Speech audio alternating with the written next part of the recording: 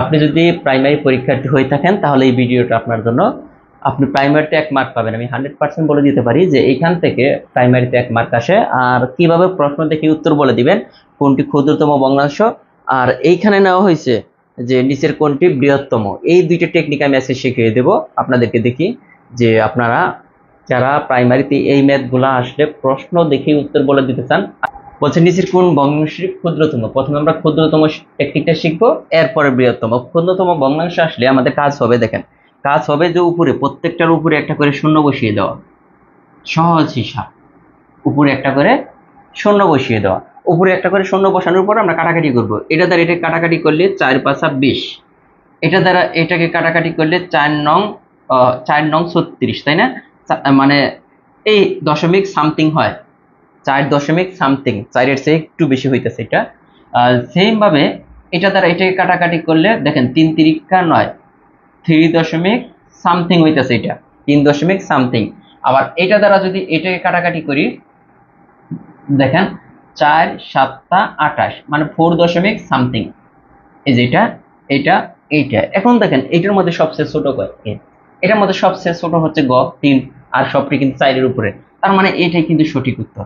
মানে এটা কিন্তু প্রাথমিক বিদ্যালয় সহকারী শিক্ষক 2022-এ আসছে। আমরা উপরে একটা করে 0 দিয়ে ভাগ করে দেখব যে কোনটা সবচেয়ে ছোট। এইটা যদি বুঝে থাকেন, আমরা পরেরটা যদি দেখি যে আপনি বলতে পারেন যে পরেরটা হবে কিনা। এইটাও আসছে, দেখেন প্রাইমারিতে 2008-এ আসছে। এটার মধ্যে কাহিনী কি? সেম কাহিনী। ছোট ভগ্নাংশ নির্ণয় করতে হলে উপরে একটা করে শূন্য, উপরে একটা করে শূন্য আমরা দিয়ে দেব। শূন্য দেওয়ার পরে আমরা ভাগ করব, কাটাকাটি করব। 5 × 6 = 30, 7 × 10 = 70, 6 × 12 কত? 6 × 12 = 72, 6-এর কাছাকাছি না 70? অথবা আপনি ই করতে পারেন,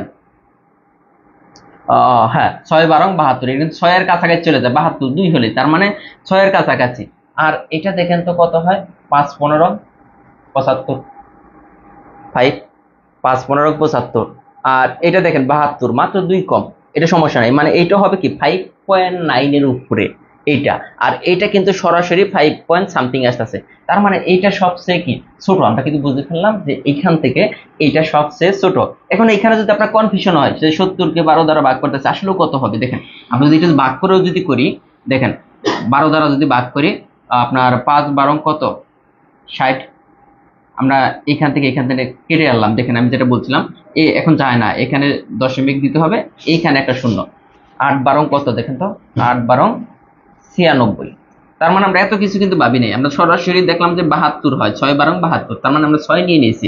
এখানে সেম ভাবে 80টাকে যদি আপনি 15 দ্বারা ভাগ করেন, এত কিছু দেখার কিন্তু 5 × 15 কত? 75, তাকে 5 যায় না, দশমিক এইখানে শূন্য, তাহলে 4 × 15 3 × 15 কত? 45। তার মানে দেখেন এখানে 5.3, এখানে কিন্তু 5.8। কিসের জন্য এটা হলো? এই যে এখানে এটা কিন্তু 6 × 12 = 72 আসে, মানে 72-এর চেয়ে একটু কম আছে, তাই না? এই জন্য এটা 6 আমরা ধরে নিছি।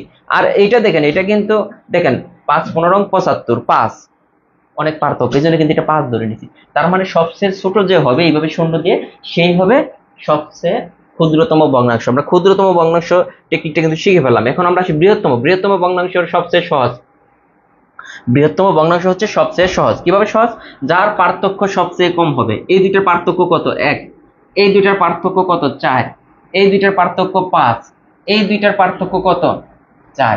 তার মানে পার্থক্য সবচেয়ে কম কার? এই দুইটার পার্থক্য সবচেয়ে কম হইতেছে 1। তার মানে 1 নম্বর হচ্ছে বৃহত্তম ভগ্নাংশ। এটা কিন্তু প্রাইমারিতে আসছে 13-তে। দেখেন এইভাবে কোনো জায়গায় শিখছেন কিনা একটু জানাবেন আমাকে, হ্যাঁ। এরপরে যারা আছে, নিচের কোনটি বৃহত্তম? 39তম বিসিএস আসছে। দেখেন এই দুইটার পার্থক্য কত? দেখেন তো 3, ঠিক আছে। এই দুইটার পার্থক্য কত? 5। এই দুইটার পার্থক্য কত? 6। এই দুইটার পার্থক্য কত? 2। এরকম যদি দেখেন যে পরপর সংখ্যা এসেছে, এই দুইটার পার্থক্য 3 আর এই দুইটার পার্থক্য 2, 2 আর 3 পরপর সংখ্যা না? এরকম যদি পরপর সংখ্যা আসে, আমরা হুট করে বলে দিতে পারবো না এইটাই সবচেয়ে বড়। এখানে আমাদের দেখতে হবে লব কার বড়।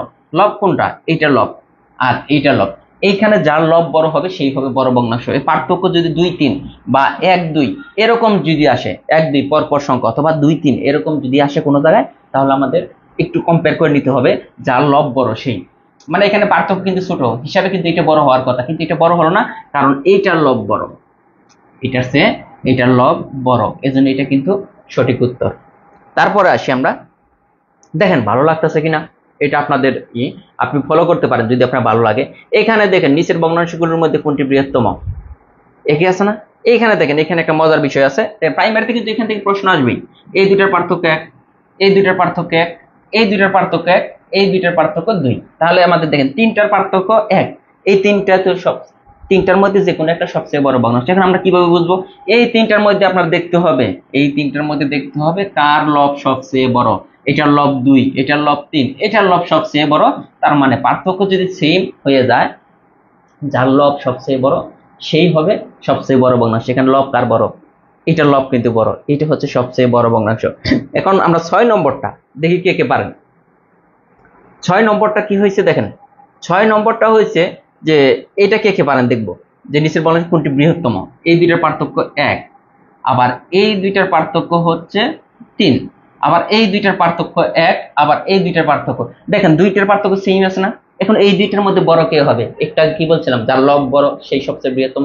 এখন বলেন যে এই দুইটার মধ্যে সবচেয়ে বড় ভগ্নাংশ কে? এই যে ভগ্নাংশ যে ক্লাসটা হলো, মন থেকে বলবেন যে ক্লাসটা কেমন লাগলো। আর আমরা যে টেকনিক গুলা দেখি সব কিন্তু এই জব ম্যাথ বইটা থেকে, জব ম্যাথ বইটা যদি থাকে আর আমাদের ক্লাসগুলো যদি নিয়মিত করেন, এতটুকু বলতে পারি প্রাইমারি সহ যে কোনো চাকরির পরীক্ষায় সর্বোচ্চ মার্ক আপনি পাবেন। তো ধন্যবাদ সবাইকে, ভালো থাকবেন, আল্লাহ হাফেজ।